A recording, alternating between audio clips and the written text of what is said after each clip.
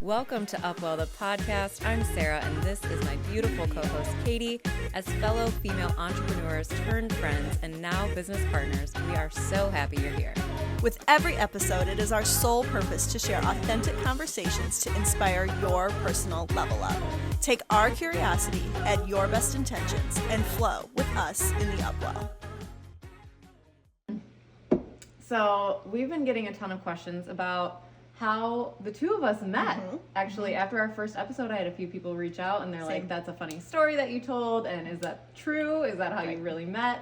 So we wanted to talk about the evolution of our own friendship, and then we wanted to share just some ways that you can meet new people as an adult, different evolutions of friendships through the years, how that can impact your life and your own inner circle, and just some helpful tips, I think, when it comes to adult friendships, because they can be hard. Absolutely. So as we talked about in episode 1, Sarah and I met in 2020, and she came in and was training for the marathon, and she was having some hip sciatic issues. Terrible.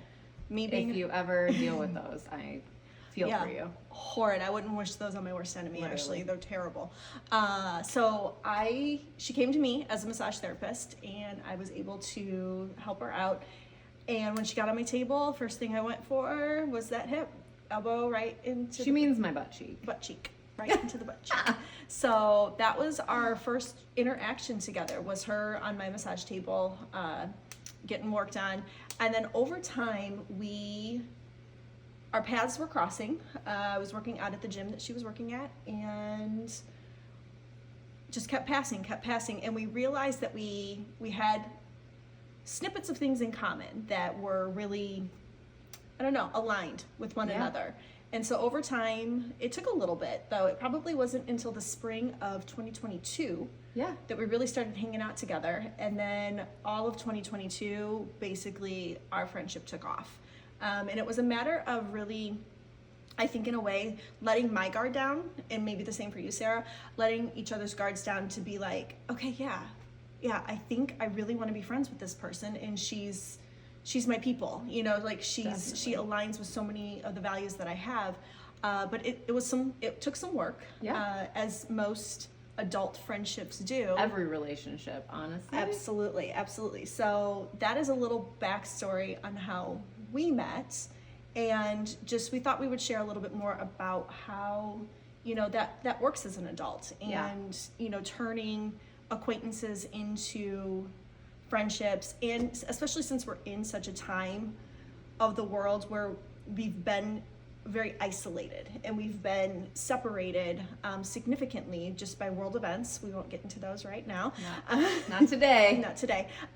But just because we have been so separated, and I do feel like most of the people I talk to find that they struggle with meeting new people as adults. I think honestly it comes down to being very comfortable, right? Like you make friends as a child, or even through high school or college, and those become kind of your more solid friendships. But I think we change so much as we go through life, and our friends change and our circumstances change. So I think it's so important to continue to meet new people and find those people, like you said. I loved how you said aligned with your values. I think having a support system and having that inner circle of people that really understand you and accept you, no matter what. And I just think those people can change over time, not good or bad, not saying that losing friends or anything like that is a bad thing, because if those people aren't aligned with your values any longer, then that friendship could possibly end. So I think just being open to the possibility that there's going to be new people that come into your life, and like you said, letting your guard down and just getting to know people. Yeah, being vulnerable enough to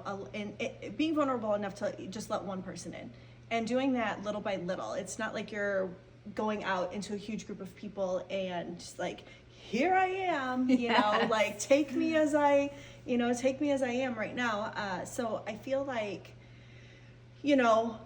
putting yourself out there in a way with, just one person and seeing where that goes. And then maybe that one person might know another person, and might know another person, and you're able to build these friendships in an authentic way. We're so connected virtually that it's almost in a sense made us more disconnected personally. Yeah. And so for us, I'm kind of old school in that regard. I'm trying to bring back a lot of the old ways of living as a whole, and cultivating friendships and cultivating inner circles, I think, is a big one for me right now. One of the things that I actually talked about with my significant other, my fiance, for kind of on and off for the last several years is like, I have no friends. Yeah. I have no friends. I feel that, definitely. You know, and at times where I was at in my life and the path that I was on, nobody else that I was friends with was on that same path. So I had to keep forging through on my own personal journey and just have faith in the fact that living to my most authentic self, other people would find me. Yeah. Or I would magnetize those other people into my life, which is you're one of the people that, you know, kind of came in along that journey. And so you've said before, before we started rolling, the kind of the, you know, the nature of in and out of, you know, friendships. Ebbs and flows, right? Everything kind of ebbs and flows in life. So I think it's important too to remember in older or, you know, more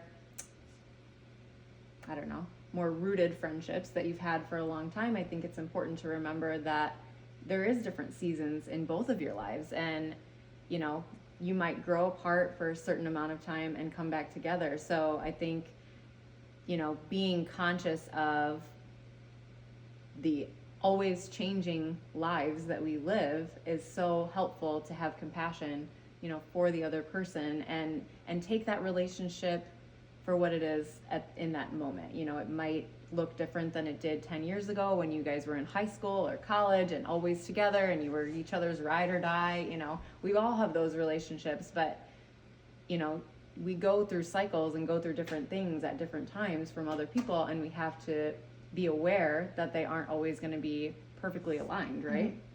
Mm-hmm. You know, funny story, actually. I don't talk to a single person I went to high school with. Really? Not a single person that I went to high school with. I think if I ran into some of them, it would be like a very superficial, like, hello, how you doing? She's at the grocery store. She's like, I'm going to expand on that, actually. I can't tell you how many times I have actually been at the grocery store, seen somebody I went to high school with. Always the grocery store. Seen somebody I've gone to high school with, or, you know, I didn't go to college around here, so somebody I went to high school with, they see me and turn around and go the other direction. Whereas me, I'm like, hey.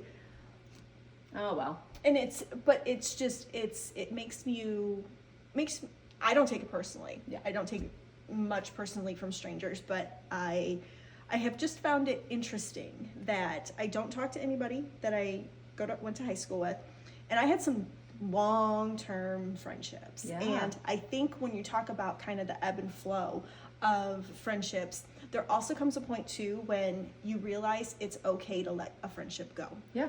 And that person's time in your life is no longer, I don't want to say relevant, but that person's time in your life is no longer needed. Like your journey together with that person has come to an end, and it's okay to go your separate ways. Yeah, everything serves a purpose in life, Absolutely. right? And that includes relationships and people, and not saying that they're not purposeful any longer, but if that friendship has given you both what you needed and you desired in that time, you know, like I said, ebbs and flows, where that person might need something different and you might as well, and that's okay. And I don't think that's a bad thing, you know, and it can be difficult and scary and weird, because no one teaches us how to successfully and compassionately end a friendship, right? You don't learn that in school. We just have to we guess, and we just fake it till we make it and do our best not to hurt the other person. Right, and I do think that there is something to be said for how you walk away from a relationship. I can, from personal experience, knowing that I've had some major blowouts with ending of friendships, and how I ended up walking away from those friendships by not responding. Actually, years later, to circle back, those people have come back and apologized. Yeah. Years later for how they treated me.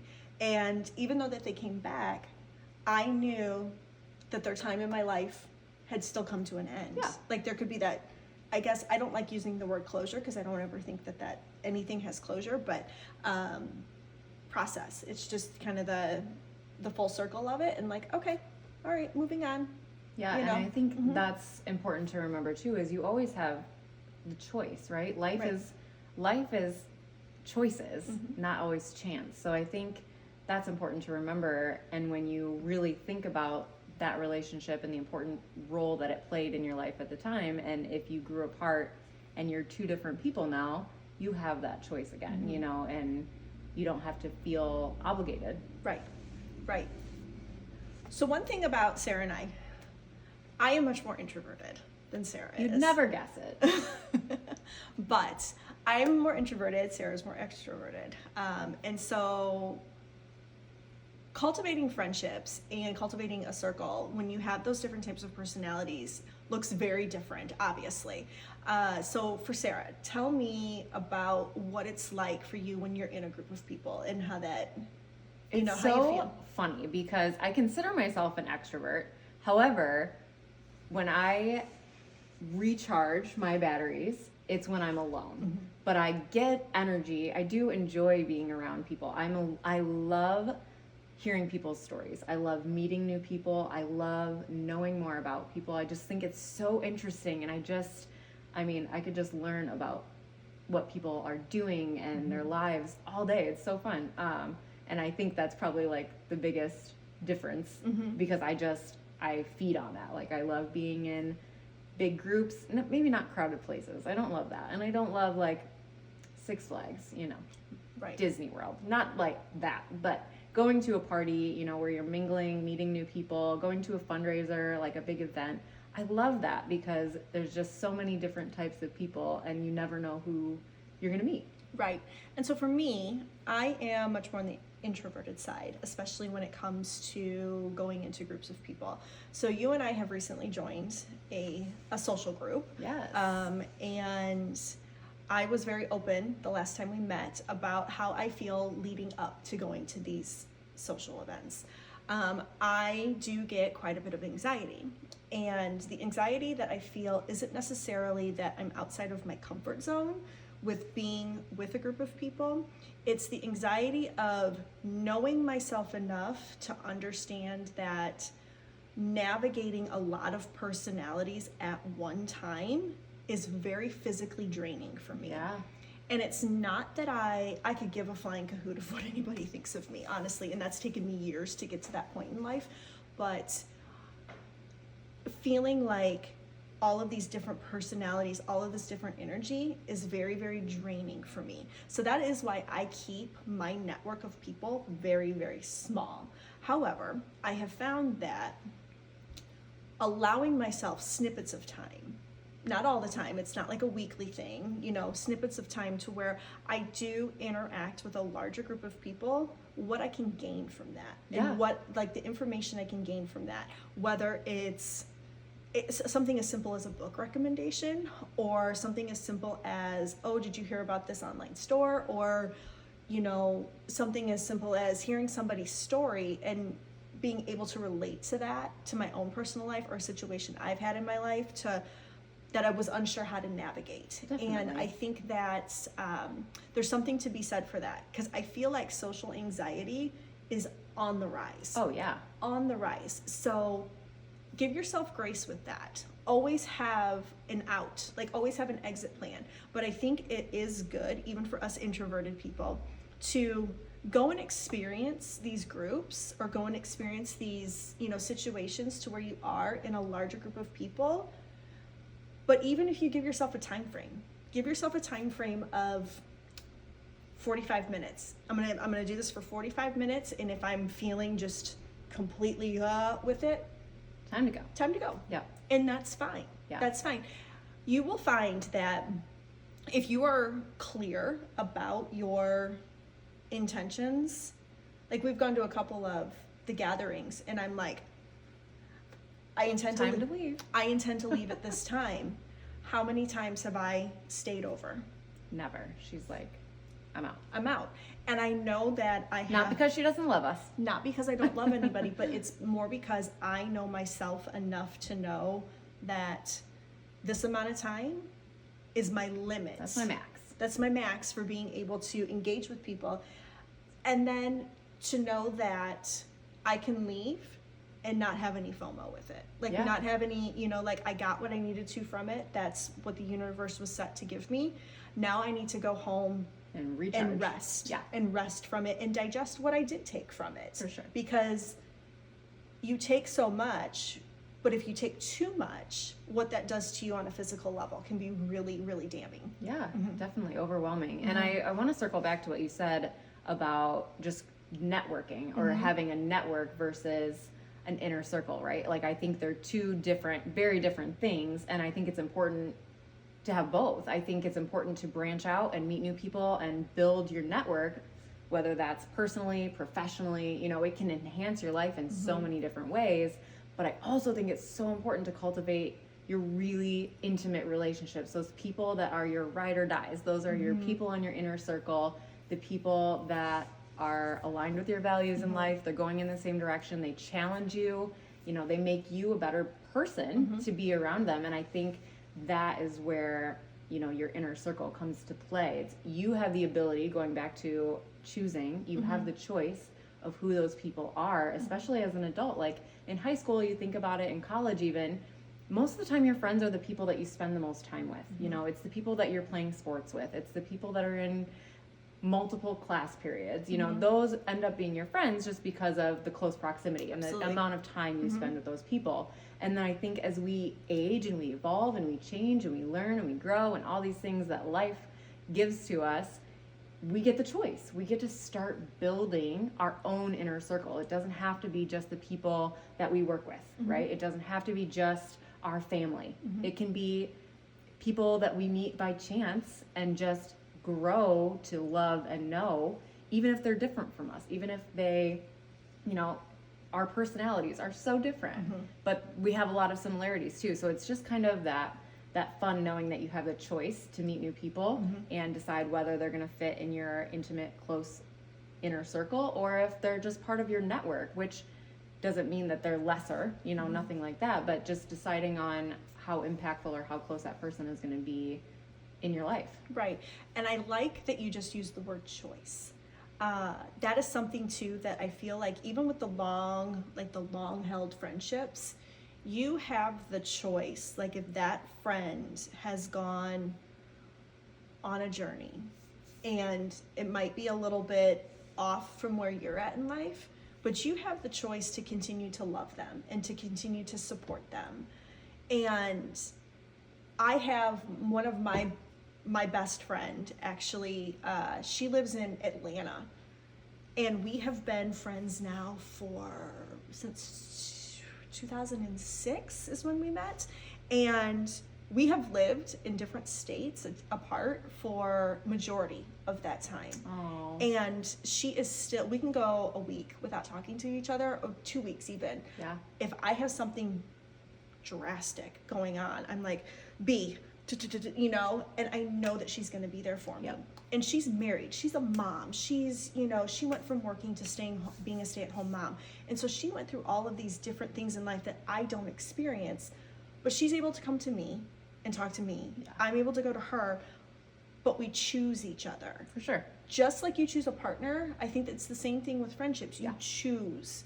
You know, you think about, this person has been so good to me that just because they're in a different spot in life, they haven't shown me any malice. They haven't been any ill will towards me. So it's, you know, just because somebody might not like to go to rock concerts with you doesn't mean they still can't be your best friend. Yeah. And, you know, you can't love them and support one another even on your different journeys. Yeah, I love that. And actually, I'll talk about one of my best friends. We've been friends since, I mean, we were little, and like kindergarten. You know, our parents were friends in high school.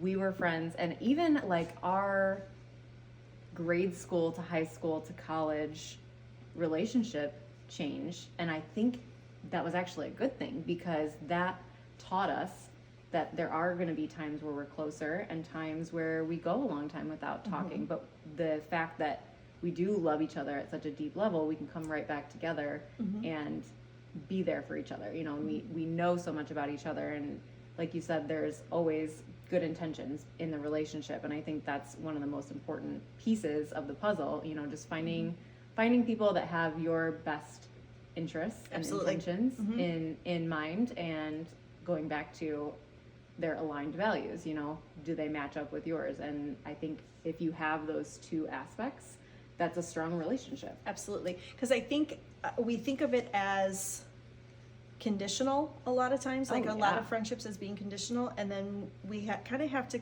come into the other bowl of it being, no, this person has been so good to me, yet, you know, we have some differences, but I can still love them for who they are. Yeah, I love that. You know, and that's, I think, really an important factor of when you're choosing who you have in your life. Yeah. You know, what is their true, do they love me for me? Do they love me for the me I am right now?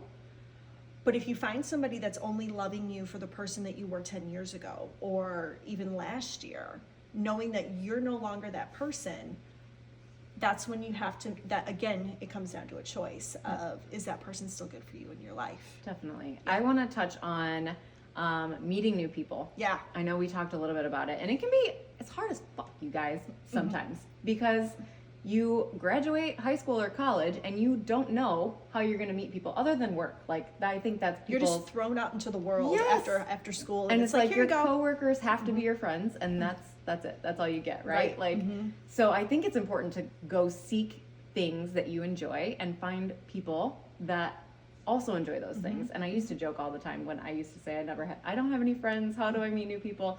And I love, you guys, I was vegan at the time. I love grocery shopping, and I'm like, that's how I'm going to meet people. I'm going to go hang out in the produce section. Like, I'm going to pick the best avocados, and I know I'm going to meet my next best friend there. Didn't happen. But anyway, it can be hard deciding how you're going to meet new people, right? And luckily, we have the social group that we joined, and I am super fortunate. I want your take on it too, because you're reading this book we're going to talk about. But I have met some of my best friends, my closest knit relationships online.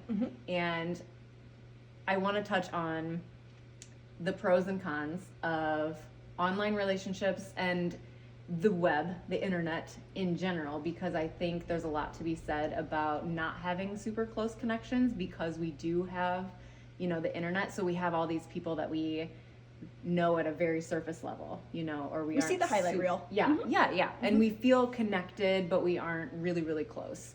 But then you can easily find people that are aligned with your values and do enjoy the same things that you do. And, you know, it's just a lot easier with hashtags and certain groups on Instagram and Facebook. And, you know, you can find the people that have similar common interests. So I think that's important too. So it's kind of like, again, going back to choice, you have the choice, but I want your take on social media and friendships and how you use it and what you think.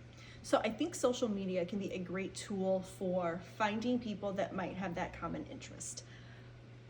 And I think that is the number one factor with social media. And the pros of it, it's, to me, is a very short list. You can find your people, but it takes the work outside of the online setting. It takes the work of being in person to cultivate the relationship. When you develop a relationship strictly online, the likelihood of it actually lasting is very small. It is the hard work of building the relationship in person where you're going to find the relationships that last a whole lot longer.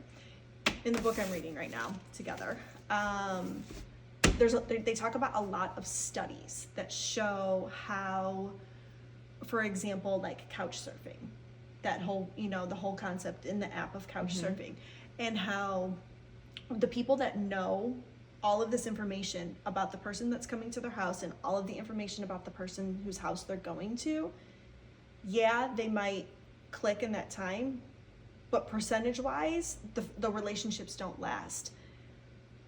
In turn, if the situations where you like that house, you don't know anything about it, and cultivating the relationship and really doing the work in person to get to know that person, those relationships percentage-wise last years longer. Definitely. Yes. And I can attest to that because like I said, I found some of my very closest friends, you know, through Instagram, through a fitness community that we were a part of at the time. And I met so many women. But going to what you said, I chose and connected on a deeper level with very few, you know, with a handful. And they are I travel with these girls. If they're watching, I know they are. But yeah, we're so connected. And, you know, we have a lot of similarities because we met through this fitness community. So we were doing a lot of the same things and we had a lot of similar interests. But the more we learned about each other, we are very different. You know, we have very different lives and we're in different parts of our lives. We have different careers, different opinions, you know. I think that's so important to know that your friends can be supportive and loving and don't have to be a carbon copy of you. And I think too, just going back to your question about how do you use social media, private groups on social media, I think are one of the best things kind of ever to bring in, to find somebody. So let's say you know one person and you both have the interest of painting. I'm just throwing that out there as something, you know, random. But you both have the interest of painting. But then one person might be like, oh, well, hey, I know this other person that enjoys painting. I'm going to invite them. Well, then that person might know somebody else that enjoys painting and might invite them. So you can kind of create this community around a singular topic. And if you're all coming from a place of love, and I think that is kind of the reoccurring theme of this. If you're coming from a place of love, even if you are different, but you have this one common ground, you can really develop and cultivate some really great friendships with people. Like for you, your common interest was fitness. And you just said that you might have different views on a lot of different things, but if you're coming from a place of love and knowing that you're staying open-minded to that these people believe different things. I lost where I was going. That's okay. Believe different things. Believe in different, And I just think it comes down to accepting who you are, accepting yourself, and finding the people that are unconditionally going to accept you for who you are. Right. And even if that changes, even if that looks different, like I said, seasons of life, everything is different all the time. We're in constant evolution. And I think just finding those people that accept you. Right. Absolutely. I really think so too. It can be a lot of work, and it's just a matter of being a little bit uncomfortable for a snippet of time. Yeah. Oh, yeah. A snippet of time. Going into a group where you might not realize, like, you might not know anybody. You might not, again, I gave it that 45-minute mark. You know, you're going into a group with somebody, and that 45 minutes isn't forever. That 45 minutes is a short snippet of time. So going in and maybe even giving yourself like the option of, I'm going to talk to 3 people that I don't know. Yeah. 3 people that I don't know, and just introduce myself. And honestly, most people are so concerned of what others think of them. For sure. And I think that is the hardest part about cultivating an inner circle, is you're so concerned about what other people think of you. If you let that go and you love yourself enough, and people that radiates. Yeah.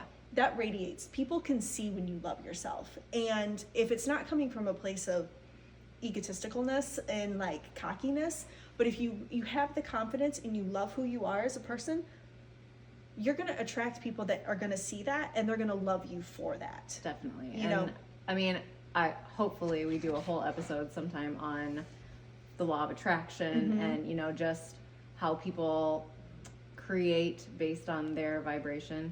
I know it gets a little woo-woo here sometimes, but yeah, just to bring everything back together, I think that is a very important part of it, is knowing yourself and loving yourself and being comfortable with who you are and accepting who you are, because that's going to invite those people that feel the same. And one of the best ways to find out who you really are is, one, to experience, to put yourself in the experience, to know if you like or dislike something. You don't know if you hate painting if you've never gone to paint. Yeah. You don't know if you hate running if you've never gone for a run. So it's a matter of experiencing it, but in the same token, it's a matter of solitude as well. And I know we're talking about the inner circle, but you're going to be much more likable and much more people are going to understand you a whole lot more if you understand yourself. Yeah. Oh yeah. And the best way to do that is through solitude. But we have such a hard time with solitude anymore because we're always connected to a device. Yeah. We're always looking at a device. So there's never that time to really sit in solitude and understand what your likes are, what your dislikes are. Because if you're doom scrolling, you're thinking, oh, well, this person likes this, I have to like this too. That's not true to who you are. Yeah, so staying true to who definitely. you are ultimately is going to help you attract your people. Yeah, agreed. Authenticity, self-love, self-acceptance, those are the kind of the main tokens. And that's basically a lot of what this show, UpWell the Podcast, is going to be about. You know, yes, we're going to touch on the physical, we're going to touch on, you know, the mental, the spiritual, but like understanding who you are, what your likes and dislikes are, but understanding how to level up yourself. Yeah. From a physical level, spiritual level, mental level. Definitely. You know? Leveling up and understanding yourself and loving yourself. I Absolutely. know that is going to be a huge topic of conversation for us, and every episode, hopefully you kind of take something away that you learn about yourself, or you do love about yourself a little bit more just from listening to a conversation that we had, you know, with each other and about our lives, and hopefully something that's going on and is relevant in your life too. So Absolutely. All right. Well, tell us a little about your book before we wrap it up. yes. So this book is by Vivek H. Murthy. I think I'm saying his last name right. He was the, I believe, 19th Surgeon General of the United States. And this book was written right before COVID hit. It was going to publish right before COVID hit. So he is talking about loneliness and how the importance of connection and being together and what it does to people on a physical and mental level.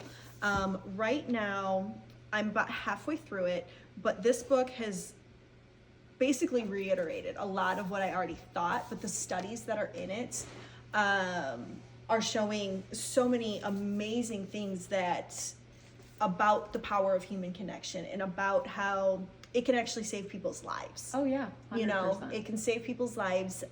It's just something as easy as, you know, just reaching out to somebody. How are you doing today? You know, and coming from a place of love with it and what that can do for a person. Absolutely. I love that. So everyone's call to action now is to check on your friends, check on your girls, check on your guys, connect with somebody maybe you have lost touch with, or you just want to send somebody a I love you message. You know, it can be so important to feel accepted and seen.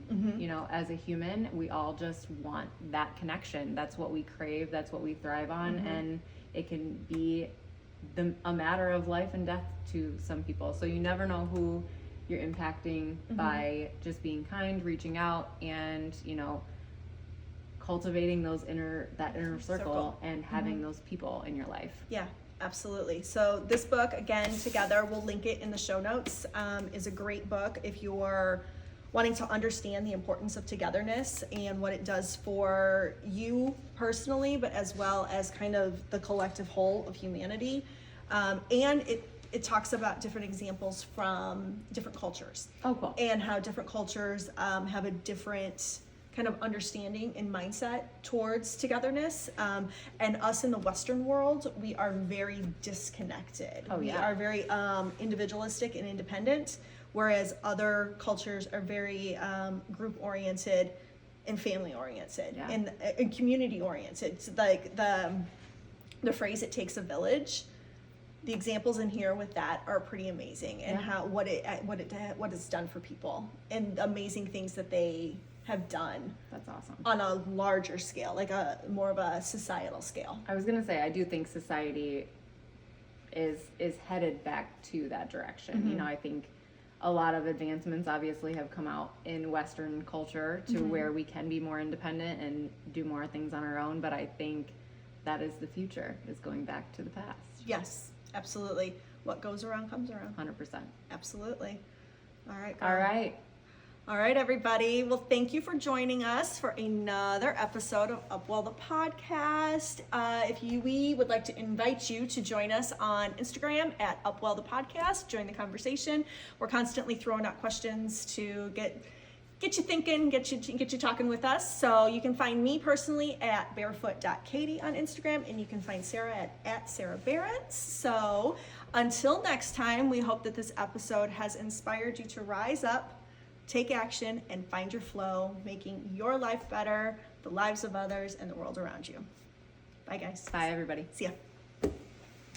Perfect. Boom.